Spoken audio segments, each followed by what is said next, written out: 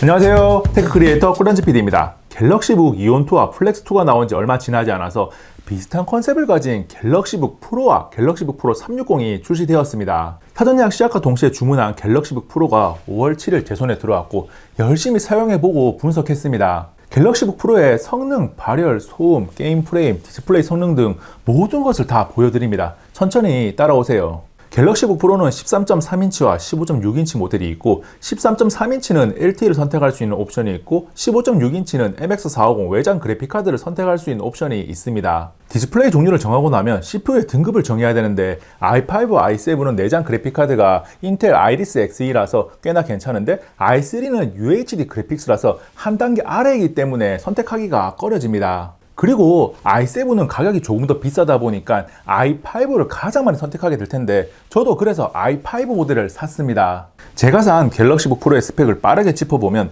4코어 8스레드의 인텔 i5 1135G7 CPU, 엔비디아 MX450 외장 GPU, 온보드된 LPDDR4X 16GB 램, PCLE 4세대 256GB SSD, 15.6인치 FHD 해상도의 아몰레드 디스플레이, 68W시의 배터리를 탑재했습니다. 여기서 램은 8기가와 32기가 옵션 선택이 가능하고 SSD는 최대 1TB까지 옵션 선택이 가능한데 추가 슬롯이 하나 있습니다. 저는 갤럭시 버즈 프로 패키지로 윈도우 10을 포함해서 199만원에 샀는데 프리도스 모델로 노트북만 구매하면 170만원 정도입니다.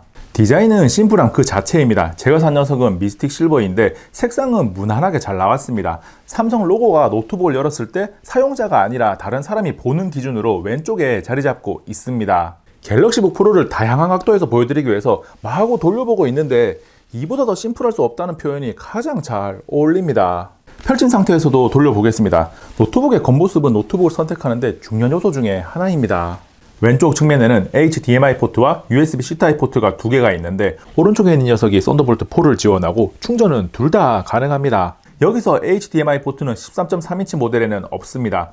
오른쪽 측면에는 마이크로 SD 카드 슬롯, USB-A 포트, 3.5mm 오디오 콤보 잭이 있습니다. 갤럭시북 프로를 뒤집어서 하판을 보면 방열구가 가로로 길게 자리 잡고 있고 양쪽 모서리에는 스피커가 있습니다. 그리고 노트북 아래 공간을 만들면서 미끄럼 방지 역할을 하는 4개의 고무 패킹이 있습니다. 하판을 열어서 안을 자세히 들여다보면 위쪽에는 2개의 쿨링팬과 히트 파이프를 만날 수 있고 아래쪽에는 4405mAh 용량의 배터리가 있습니다.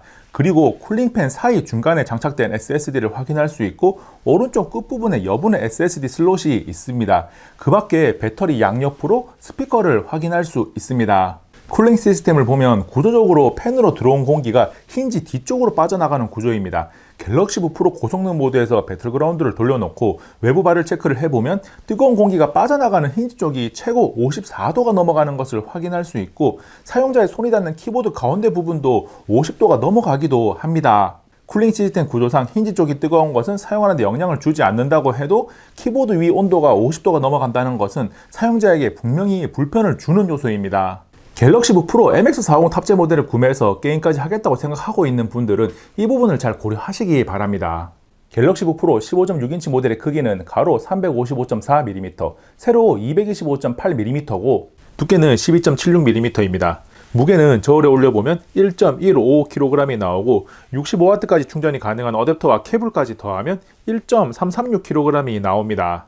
이 녀석이 15.6인치 노트북이고 MX 시리즈이긴 하지만 외장 그래픽카드까지 탑재하고도 이 정도 두께와 무게는 매우 만족합니다. 갤럭시북 프로의 휴대성을 이야기하면서 부정적인 의견을 내는 사람은 단 한 명도 없을 거예요. 노트북이 얇아지면 안 좋아지는 부분이 발열과 키보드인데 발열이 어느 정도인지는 앞에서 충분히 보여드렸고 키보드를 들여다 볼게요. 키간 간격이나 키캡의 크기는 타이핑을 하기에 충분해서 오타가 나지 않고 흔들리지도 않아요. 그런데 키를 누르는 느낌이 얕고 가벼워서 타건감은 매우 구립니다. 저는 타이핑을 할 때 손끝에 타건하는 느낌이 확실하게 나야 한다는 기준을 가지고 있어서 갤럭시북 프로의 키보드는 단점이라고 생각하는데 반대의 생각을 가지고 있는 분들도 있더라고요. 노트북 구매 시 키보드 타건감을 중요하게 생각하는 분들은 주변 가전 매장이나 삼성 디지털 프라자에 가서 직접 꼭 타이핑 해보시기 바랍니다. 그리고 지문인식 센서가 이온과 이온2는 오른쪽 시프트 옆에 있었는데 드디어 전원 버튼으로 이동해서 통합되었습니다. 이제는 오른쪽 시프트를 잘라먹지 않습니다. 백라이트는 3단계로 지원하는데 어두운 상태에서 켜보면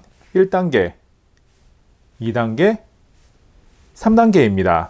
키보드 아래쪽에 있는 터치패드는 딱 봐도 매우 큽니다. 터치패드가 크니까 마우스를 사용하지 않을 때 두 손으로 사용하기에 편하더라고요. 두 손가락을 이용한 화면 스크롤이나 줌인 줌아웃도 편하게 사용할 수 있다는 점도 좋습니다. 디스플레이는 QLED가 아니라 OLED가 들어간 것이 특징적인데 해상도가 FHD라는 것은 많이 아쉽습니다. 15.6인치 노트북 화면이 크지 않다고 해도 150만원 이상 가격대에서 FHD는 언제나 아쉽죠. 하지만 디스플레이가 가진 색 재현력은 충분히 좋습니다. 측정을 해보니까 sRGB 100%, 어도비 RGB 96%, P3 100%, NTSC 94%가 나왔습니다. 해상도에 대한 아쉬움을 OLED의 색감이 충분히 메워줍니다. 조명이 없는 상태에서 보면 완전한 블랙의 표현이나 화면 속 빛의 표현이 훌륭하다는 것을 알 수 있습니다. 화면 밝기는 보통의 사용 환경에서 측정을 해보면 75%에서 165니트, 100%에서 308니트가 나옵니다. 공식적으로 기록된 정보는 없는데 주변 조도나 HDR 적용 여부에 따라서 450니트까지 자동 조절이 된다고 하는 이야기도 있고 OLED를 사용했으니까 최대 밝기를 확인해 봤습니다.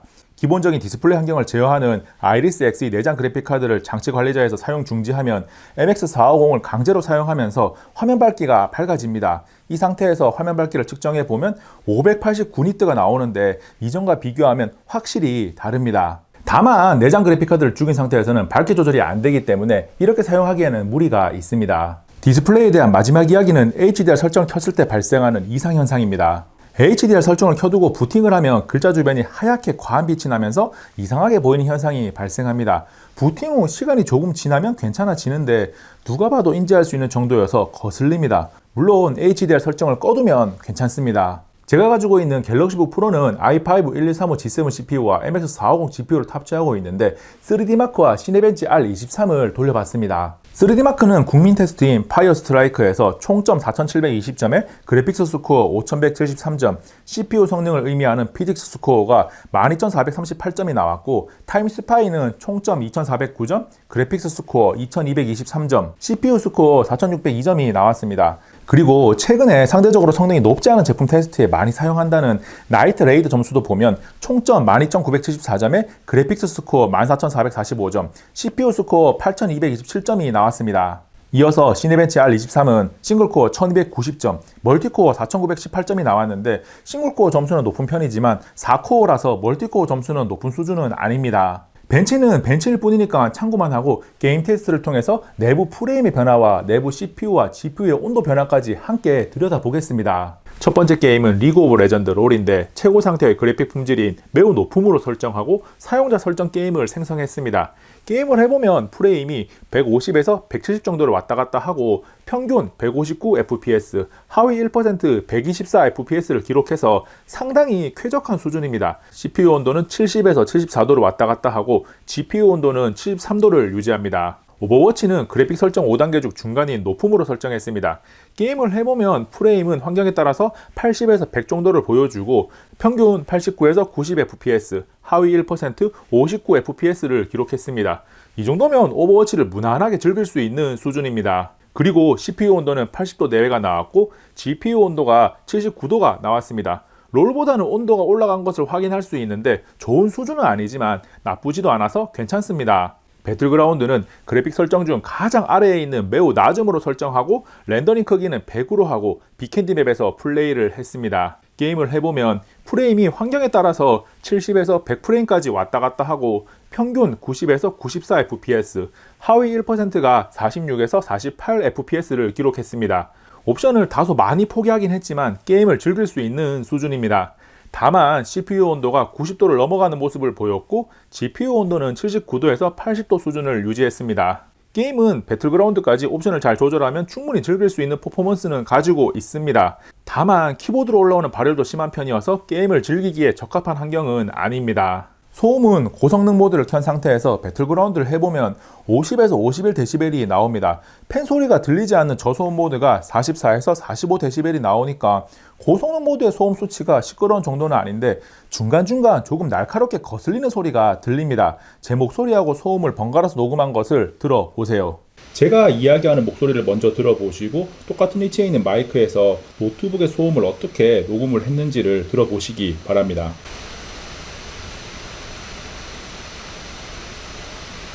배터리는 68W시고 함께 들어있는 65W 어댑터와 5A 케이블로 충전을 하는데 꽂는 대상에 따라서 어댑터가 출력을 알아서 조절하기 때문에 가지고 있는 스마트폰이나 태블릿 등을 모두 최고 속도로 충전할 수 있습니다. 배터리 사용 시간은 유튜브 영상 시청을 기준으로 테스트를 했는데 디스플레이가 FHD 해상도니까 FHD HDR 영상을 화면 밝기 100%, 볼륨 20으로 무한반복 재생했습니다. 배터리 잔량이 1시간경과 65%, 2시간경과 27%가 남았고 5%가 남았을 때가 2시간 54분이 지난 시점입니다. 그리고 노트북이 저절로 꺼지는 순간 시간을 체크해보니 테스트 시작 후 2시간 59분이 지났습니다. 배터리 소모가 조금 큰 HDR 영상을 틀긴 했지만 사용 시간은 길지 않습니다. 사용시간 테스트 후 꺼진 상태에서 충전을 시작했습니다. 충전 중에 배터리 충전 정도를 확인하기 위해서 30분이 지나서 전원을 다시 켰고 44%가 충전되었습니다. 1시간 2분이 지난 후에는 81%가 되었고 최종 1시간 37분이 거의 다 되었을 때 100% 완충되었습니다. 충전 속도는 충분히 빠르네요.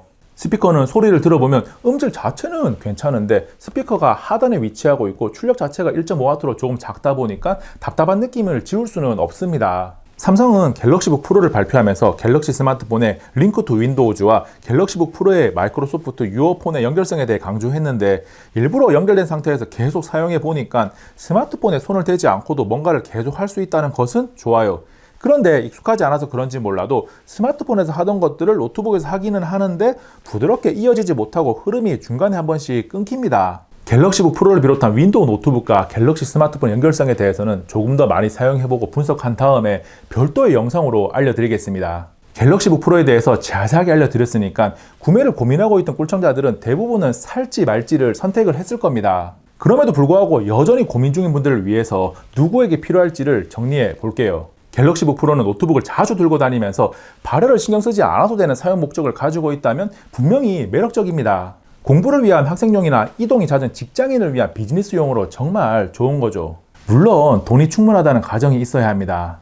가격이 저렴하지 않고 가성비가 좋다고 평가할 수는 없어서 가성비를 매우 중요시하는 분들은 무조건 패스하면 됩니다. 그리고 게임을 머릿속에 그리고 있는 분, 손끝에 닿는 열에 민감하신 분, 미세하지만 날카로운 소리를 잘 듣는 분, 노트북의 스피커도 빵빵해야 된다는 생각을 가지고 있는 분들은 갤럭시북 프로가 별로 마음에 들지 않을 수 있습니다. 갤럭시북 프로에 대해 풀지 못한 궁금증이 남아있다면 고정 댓글에 대댓글로 질문해 주시기 바랍니다. 이번 영상은 여기까지. 다음에 또 만나요.